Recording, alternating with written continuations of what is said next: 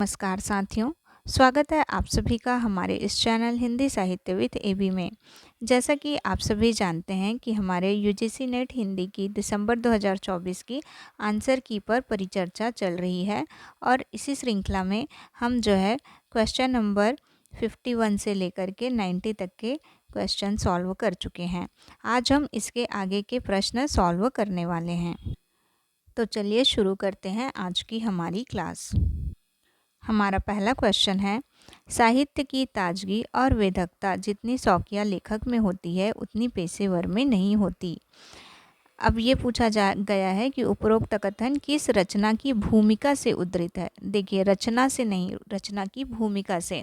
तो यदि आप इस कारण से रचना की भूमिका जो है क्या हो जाती है, इम्पॉर्टेंट हो जाती है। आप रचना पढ़ें या मत पढ़ें, लेकिन भूमिका अवश्य पढ़ के जाएं, क्योंकि ये छोटी ही होती है। जैसे संस्कृति के 4 अध्याय, बहुत ही लंबी रचना है, लेकिन इसकी भूमिका जो है, जो कि कुछ पेजेस की होंगी, वो इम्पोर्टेंट है।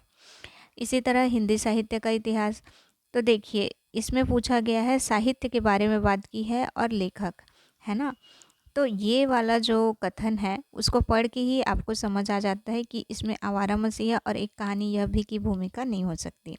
या तो ये इसकी भूमिका से है या तो इसकी, लेकिन किसी रचना की भूमिका से बोला गया है, तो इसमें संस्कृति के 4 अध्याय आपका सही आंसर है। हमारा अगला क्वेश्चन है, उपर्युक्त पंक्तियों में गुणीभूत व्यंग का कौन सा भेद पाया जाता है। पंक्ति है, पुत्रवती युवती जग सोई, राम भक्त सुत जाकर होई।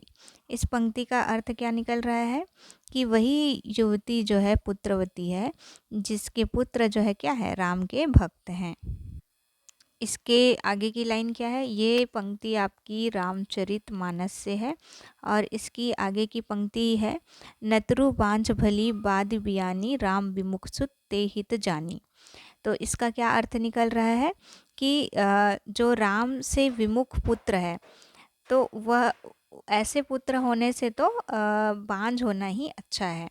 इस तरह से इसका अर्थ निकलता है। तो यहाँ पर गुणीभूत व्यंग है। गुणीभूत व्यंग क्या होता है, जहाँ पर वाच्यार्थ प्रधान हो जाता है और व्यंग्यार्थ की तुलना में, मतलब व्यंग्यार्थ क्या हो जाता है आपका, गौण हो जाता है, और वाच्यार्थ क्या हो जाता है, प्रधान हो जाता है। यानी उसका जो सीधा सीधा अर्थ निकल रहा है वो प्रधान हो जाता है और उसका व्यंग्यार्थ यानी कि कुछ दूसरा अर्थ जो निकलता है वो गौण हो जाता है। तो उस समय गुणीभूत व्यंग होता है। अब गुणीभूत व्यंग के 8 भेद होते हैं। कितने भेद? 8 भेद। कौन कौन से होते हैं? देखिए, 4 तो यहीं पर हैं, अगूढ़, अपरांग, संदिग्ध प्राधान्य और तुल्य प्राधान्य, है ना। इसके अलावा होते हैं अस्फुट, असुंदर, यहाँ पे मैं लिख देती हूँ, अस्फुट, असुंदर और काक्वा क्षिप्त, काक्वा क्षिप्त, क्योंकि ये कभी भी पूछा जा सकता है, और वाच्य सिद्ध व्यंग, वाच्य सिद्ध व्यंग, अरे सॉरी। तो इस तरह से इसके कुल कितने भेद हो गए? 8 भेद हो गए। अब यहाँ पर इस पंक्ति में जो गुणीभूत व्यंग का जो भेद पूछा गया है, इसका आंसर हो जाएगा अगूढ़ व्यंग। अगूढ़ व्यंग कहाँ होता है?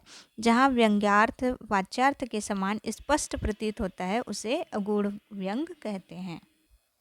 तो देखिए, यहाँ पर इस पंक्ति में क्या है कि जो अर्थ जो सामान्य अर्थ निकल रहा है, वही उसका व्यंग्यार्थ भी निकल रहा है कि वही युवती का पुत्रवती होना सौभाग्यवान है, जो जिसका पुत्र क्या हो, राम का भक्त हो। और यही जो है मतलब व्यंग्यार्थ और वाच्यार्थ दोनों समान रूप से, स्पष्ट रूप से प्रतीत हो रहे हैं। इस कारण से यहाँ पर अगूढ़ व्यंग होगा। तो इसका आंसर हो जाएगा ऑप्शन नंबर 1, अगूढ़ व्यंग। इसी तरह यहाँ पे जो संदिग्ध प्राधान्य है, इसमें क्या होता है कि हमें संदेह बना रहता है कि व्यंग्यार्थ या वाच्यार्थ, मतलब कौन सा जो है प्रधान है। इस पर संदेह जब बना रहता है तो संदिग्ध प्राधान्य होता है। और ऐसे ही यहाँ पे तुल्य प्राधान्य है। तो तुल्य यानी क्या होता है? समान, मतलब व्यंग्यार्थ और वाच्यार्थ जब दोनों ही समान चमत्कार से भरे हों, तो फिर वहाँ पर तुल्य प्राधान्य व्यंग होता है। हमारा अगला क्वेश्चन है, सुदामा चरित्र के रचनाकार, बहुत ही सरल क्वेश्चन, इसका आंसर हो जाएगा नरोत्तम दास। अगला क्वेश्चन है, कानों में कंगना कहानी संवत 1970 में कौन सी पत्रिका में प्रकाशित हुई? तो देखिए यहाँ पर पत्रिका ये मैंने आपको पढ़ाया भी हुआ है, तो इसका आंसर हो जाएगा इंदु पत्रिका। इसको मैंने कैसे याद रखा है? इंदु का अर्थ क्या होता है? चंद्रमा। चंद्रमा क्या होता है? गोल। कंगन क्या होती है? गोल। तो कानों में कंगना, इंदु पत्रिका, ऐसे आप याद रख सकते हैं। आपसे अगले एग्जाम में पूछा जा सकता है कि कानों में कंगना कहानी कौन से संवत में प्रकाशित हुई थी। देखिए संवत और सन दोनों में अंतर है। सन क्या है इसका? 1913, यानी कि जब संवत में हम जो है -57 कर देते हैं तो सन निकल कर आ जाता है। तो कानों में कंगना कहानी का संवत अगर आपको पूछा जा सकता है नेक्स्ट एग्जाम में, तो याद रखिए 1970, और सन पूछा जाएगा तो 1913। हमारा अगला क्वेश्चन है, सूची 1 को सूची 2 से सुमेलित करना है। एक तरफ है कविता, एक तरफ है कवि। तो देखिए आपको ना कविताओं के ना जो प्रथम और अंतिम ये जो पंक्तियां हैं ये आपको पक्का से याद रहनी चाहिए। यहाँ पे पहला ही है, चेतनता एक विलसती आनंद अखंड घना था। तो ये तो सब जानते हैं कि ये कामायनी से उद्धृत है, लेकिन कामायनी के कौन से सर्ग से उद्धृत है? तो आनंद सर्ग से उद्धृत है। और कामायनी किसने लिखा है? तो जयशंकर प्रसाद ने। तो ए का हो जाएगा 2, तो ए का 2 यहाँ पर 2 ऑप्शन में है। और ये जो आपकी पंक्ति है वो आनंद सर्ग, ये जो कि आपका अंतिम सर्ग है कामायनी का, उसकी अंतिम पंक्ति है। वहाँ पे है, समरस थे जड़िया चेतन सुंदर साकार बना था, चेतनता एक विलसती आनंद अखंड घना था। ये आपकी कामायनी आनंद सर्ग की, ये देखिए आनंद भी है यहाँ पर, तो आनंद सर्ग की अंतिम पंक्ति है। अब हम दूसरी पंक्ति देखते हैं, शक्ति की करो मौलिक कल्पना करो पूजन। तो यह है सूर्यकांत त्रिपाठी निराला, राम की शक्ति पूजा। तो इसके आगे की पंक्ति है, छोड़ दो समर जब तक सिद्धि न हो रघुनंदन। तो सूर्यकांत त्रिपाठी निराला, राम की शक्ति पूजा से ये पंक्ति है। तो बी का हो जाएगा आपका 1, तो बी का 1। तो इस तरह option number 2 is the correct answer. फिर भी हम सी और डी देख लेते हैं। प्रिय आनंद छंद तुम मेरे आत्मा के स्वर, तो इसका हो जाएगा सी का 4, सुमित्रा नंदन पंत। देखिए छायावादी कवियों के कितनी पंक्तियाँ पूछी जाती हैं। मैं अबला बाला वियोगनी कुछ तो दया विचारो, तो ये वाला मैथिली शरण गुप्त, इस तरह के भाव जहाँ पे आते हैं ना, वहाँ पे द्विवेदी युग मैथिली शरण गुप्त जी के ही होते हैं प्रायः। तो इस तरह से आपका option number 2 is the correct answer. हमारा अगला क्वेश्चन है, निम्नलिखित में से कौन से युग्म सही है? संवृत स्वर उ, स्पर्श व्यंजन, विवृत स्वर, संघर्षी व्यंजन, लुंठित। तो देखिए आपको ये मैंने आपको पढ़ाया है यूनिट 1 में। यूनिट 1 की फुल प्लेलिस्ट आपको हमारे चैनल पर मिल जाएगी, और उसमें एक वीडियो ऐसा भी है जिसमें से सभी यूनिट 1 के इम्पोर्टेंट पॉइंट्स कवर है। उस एक वीडियो को यदि आप देख के गए रहते एग्ज़ाम के लिए, तो आप उसमें से देख सकते हैं कि कितने सारे क्वेश्चन उसमें से पूछे गए हैं। आप एक बार उस वीडियो को ज़रूर देखिए, और उसके बाद आप 2024 का क्वेश्चन पेपर देखिए। आपको समझ आ जाएगा कि उस एक ही वीडियो में से कितने सारे क्वेश्चन आ गए हैं, मतलब सिर्फ आधे घंटे की बात है। तो यहाँ पर इस क्वेश्चन का आंसर हो जाएगा, आपको सही युग्म बताना है, तो संवृत स्वर उ इज़ द करेक्ट आंसर। स्पर्श व्यंजन का होता है ना। तो केवल ए और बी ये दोनों ऑप्शन आपके सही हो जाएंगे। देखिए आजकल जो यूजीसी नेट के क्वेश्चन आ रहे हैं वो बहुत ही थोड़ा कॉमन सेंस लगाने से भी बन जाते हैं। जैसे कि यहाँ पर क्या लिखा है, व्यंजन, और क्या दिया है, स्वर। ये तो ऐसे ही एलिमिनेट हो गया ये ऑप्शन, और ये ऑप्शन आपका गलत हो गया। अब इसमें से आपको समझ आ गया कि बी ऑप्शन तो पक्का ही सही है ना। देखो आपने कुछ पढ़ा नहीं है, उसके बावजूद आप यहाँ तक पहुँच सकते हैं। उसके बाद सिर्फ आपको ये पता करना है कि संवृत विवृत में से कौन सा, तो विवृत स्वर अर्थ विवृत स्वर है नहीं। तो आपका ए और B is the correct answer. हमारा अगला क्वेश्चन है, सूची 1 को 2 से सुमेलित करना है, उच्चारण है और व्यंजन है। अब ये देखिए व्यंजन के लिए मैंने आपको बताया था क च ट त प, है ना। क वर्ग, च वर्ग, ट वर्ग, त वर्ग और प वर्ग, है ना। तो क जो है कहाँ से निकलता है, कंठ्य, है ना। कंठ से सबसे शुरू होगा, उसके बाद जो च है वो तालव्य, फिर ट है वो मूर्धन्य, है ना, फिर त है वो दंत्य और प है वो ओष्ठ्य। तो इस तरह से इसका तो आप मिला लीजिए, कंठ्य, मूर्धन्य, दंत्य, ओष्ठ्य।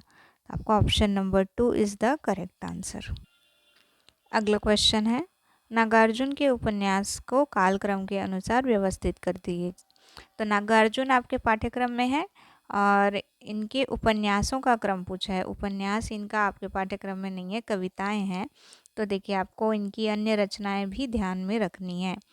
एक है बाबा बटेश्वर नाथ बलचनामा और नई पौध, रतिनाथ की चाची, वरुण के बेटे।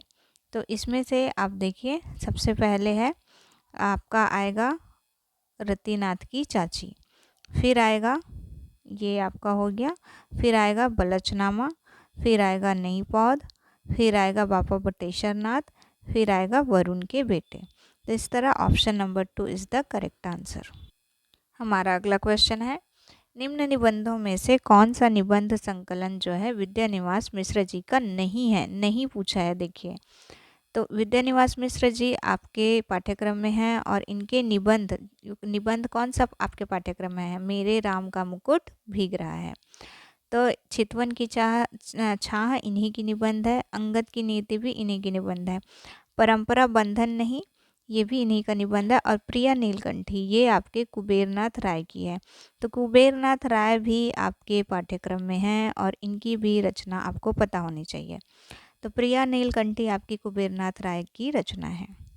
हो सकता है आपको आने वाले एग्ज़ाम में यही पूछ लिया जाए कि प्रिया नीलकंठी किसकी रचना है, तो वो हो जाएगी कुबेरनाथ राय की। और यहाँ पर जो पूछा है कि कौन सा विद्यानिवास मिश्र जी का निबंध नहीं है, तो वो हो जाएगा प्रिया नीलकंठी। अगला क्वेश्चन है, उत्तर अपभ्रंश ही पुरानी हिंदी है, यह कथन किस विद्वान का है? तो देखिए, ये पुरानी हिंदी जब आता है तो ये तो चंद्रधर शर्मा गुलेरी का कथन है। उत्तर अपभ्रंश, उत्तर यानी कि बाद का, तो अपभ्रंश के बाद क्या आता है? पुरानी हिंदी। तो यह कथन है चंद्रधर शर्मा गुलेरी का। हमारा अगला क्वेश्चन है, भारत की यह विशेषता रही है कि वह अनेक जातियों को घोंटकर एक जाति बना देता है। यदि आपको ये भाव जो है पता होगा कि इस तरह के भारत से इस तरह के भारत के बारे में इस तरह के कथन कौन लिखता है, तो आपको समझ आ जाएगा। रामधारी सिंह दिनकर, संस्कृति के 4 अध्याय, बहुत ही बड़ी बुक है और इसमें आपको पूरी बुक तो आप पढ़ नहीं सकते, मतलब पढ़ सकते हैं लेकिन बहुत टाइम टेकिंग है। तो इसलिए आप इसका सारांश भी यदि पढ़ते हैं तो भी आप समझ जाएंगे कि भारत के बारे में यह कथन इसी रचना से है। हमारा अगला क्वेश्चन है, कामता प्रसाद गुरु ने व्युत्पत्ति के अनुसार, देखिए व्युत्पत्ति के अनुसार पूछा है, सार्वनामिक विशेषण के कितने भेद माने हैं? तो इसका आंसर हो जाएगा 2 भेद माने हैं। कामता प्रसाद गुरु जो कि हिंदी व्याकरण के पाणिनि कहे जाते हैं। अब यहाँ पर आपको मन में आ रहा होगा कि सार्वनामिक विशेषण क्या होता है। तो ऐसे सर्वनाम वाले शब्द जो कि संज्ञा से पहले लगकर उस संज्ञा शब्द की विशेषण की तरह विशेषता बताते हैं। जैसे कि पुस्तक है ना, पुस्तक क्या है? एक संज्ञा शब्द है, लेकिन मैं लगा दूं कि मेरी पुस्तक, तो मेरी क्या हो गया? सर्वनाम हो गया। तो यही सर्वनामिक विशेषण है। जैसे और हो सकता है कि वह पुस्तक, मेरी पुस्तक, इसकी पुस्तक, है ना, ये सारे शब्द जो है सर्वनामिक विशेषण हैं। हमारा अगला क्वेश्चन है, कौन सा युग्म सही है आपको बताना है। पहला है स्वामी गोकुलनाथ, 84 वैष्णवन की वार्ता। तो उसके बाद है ओंकार शरद, राम मनोहर लोहिया। फिर है जगदीश चंद्र माथुर, जिन्होंने जीना जाना। तेज बहादुर चौधरी, अग्नि सेतु। भारतेंदु सुकवि, संकीर्तन। तो देखिए, यहाँ पर इस क्वेश्चन में जो पहला है स्वामी गोकुलनाथ 84 वैष्णवन की वार्ता, तो ये जो 84 वैष्णवन की वार्ता है ना, इसमें पुष्टि संप्रदाय के जो शिष्य हैं उनके बारे में लिखा गया है। तो ये किसकी रचना है? तो ये वल्लभाचार्य की रचना है ना। तो इस कारण से ये पहला वाला तो आपका गलत हो गया, तो ए ऑप्शन आपका गलत है। सॉरी, हाँ, मतलब मैं यहाँ पे कहना चाह रही हूँ कि वल्लभाचार्य के जो शिष्य हैं, इनके बारे में 84 वैष्णवन की वार्ता में लिखा गया है, लेकिन इसके जो रचनाकार हैं, वे गोकुलनाथ हैं या वल्लभाचार्य हैं, इसमें थोड़ा मतभेद है। लेकिन ज़्यादातर विद्वान जो हैं, वो गोकुलनाथ को मानते हैं। तो इसमें ये वाला में आप अभी इसको रखे रहिए। फिर दूसरा है ओंकार शरद, ये रचना जो है राम मनोहर लोहिया की है। अर्थात ये जो है एक जीवनी है। किसकी जीवनी है? राम मनोहर लोहिया की। ये कौन थे? ये एक पॉलिटिशियन थे, मतलब राजनीतिज्ञ हैं, है ना। इनकी जीवनी लिखी है ओंकार शरद ने। तो ये मुझे भी नहीं पता था, ये मैंने बाद में पढ़ा। फिर है तो ये ऑप्शन आपका सही है। और फिर है जगदीश चंद्र माथुर, जिन्होंने जीना जाना, तो ये आपका सही है। तेज बहादुर चौधरी अग्नि सेतु गलत है। भारतेंदु सुकवि संकीर्तन भी गलत। क्यों गलत है? क्योंकि जो सुकवि संकीर्तन है वो महावीर प्रसाद द्विवेदी की रचना है। किसकी रचना है? महावीर प्रसाद द्विवेदी। तो इस तरह से आपका option number 1 is the correct answer. देखिए इस वाले क्वेश्चन से आपको क्या क्या याद रखना है। पहला आप याद रखिए कि ये जो ओंकार शरद हैं, इन्होंने जीवनी लिखी है किसकी? राम मनोहर लोहिया की, और ये एक पॉलिटिशियन है। दूसरा आपको याद रखना है सुकवि संकीर्तन जो है भारतेंदु की नहीं बल्कि महावीर प्रसाद द्विवेदी जी की रचना है। अगला क्वेश्चन है आपका, आकाशदीप कहानी में प्रेम और घृणा की गहन आवेगमयता की गहरी टकराहट है। उपरोक्त कथन के लेखक कौन हैं? तो देखिए आकाशदीप कहानी में के बारे में लिखा गया है, तो किसी ने टिप्पणी की है। प्रेम और घृणा की गहन आवेगमयता की गहरी टकराहट है। तो देखिए आपके जो कथन दिए जाते हैं, खास करके जो आलोचना वाले होते हैं या जिसमें अपने विचार प्रकट किए गए रहते हैं या भूमिका वाले होते हैं, है ना, इस तरह के या तो शुक्ल के होते हैं या तो बच्चन सिंह के होते हैं या तो नगेंद्र के होते हैं या तो इसमें सारे ही ऑप्शन हैं। थोड़ा सा कठिन क्वेश्चन है, तो इसका आंसर हो जाएगा बच्चन सिंह। बच्चन सिंह का यह कथन है। हमारा अगला क्वेश्चन है और आज का अंतिम क्वेश्चन है। इधर पंक्तियाँ दी है, इधर रचनाकार दिए गए हैं। यहाँ पे दिया गया है काव्य शास्त्र का आपका क्वेश्चन है, जिसमें दंडी, भामा, आनंदवर्धन और वामन के बारे में है। दंडी जो कि आपके अलंकार संप्रदाय से हैं, भामा भी हैं, है ना। आनंदवर्धन आपके ध्वनि संप्रदाय से हैं। तो इसी के देखिए प्रतिभा से रिलेटेड आपके पहले भी क्वेश्चन इसी वाले एग्ज़ाम में पूछे गए हैं। तो कवित्व बीजम प्रतिभानम, तो हमने पहले देखा था कि कवित्व बीजम प्रतिभानम किसका कथन है? तो वामन का कथन है। तो यदि आपने वो वाला क्वेश्चन सही किया रहा होगा इसी एग्ज़ाम का ही, तो ये क्वेश्चन भी आपका सही हो जाएगा। बी का फोर्थ ऑप्शन, तो जैसे ये बी का फोर्थ ऑप्शन रखेंगे, option number 2 is the correct answer. तो ए का क्या हो जाएगा? भामा। गुरुपदेशा दध्येन्तुम शास्त्रम जड़धियो अप्यलम। फिर है न विद्यते यद्यपि पूर्ववासना गुणानुबंधी प्रतिभानम अद्भुतम। तो ये किसका कथन हो जाएगा? आपका दंडी का। और फिर है अव्युत्पत्ति कृतो दोषः शक्त्या संव्रियते कवेह, तो ये आपका है आनंदवर्धन का। तो इस तरह से आपको ये सारे जो है अगले एग्ज़ाम के लिए याद रखने हैं, क्योंकि अगले एग्ज़ाम में आपसे पूछे जा सकते हैं यही क्वेश्चंस, है ना। तो इस तरह से हम आज की क्लास यहीं पर समाप्त करते हैं और मिलते हैं अपनी अगली क्लास में इसके आगे के क्वेश्चंस के साथ। तब तक के लिए धन्यवाद।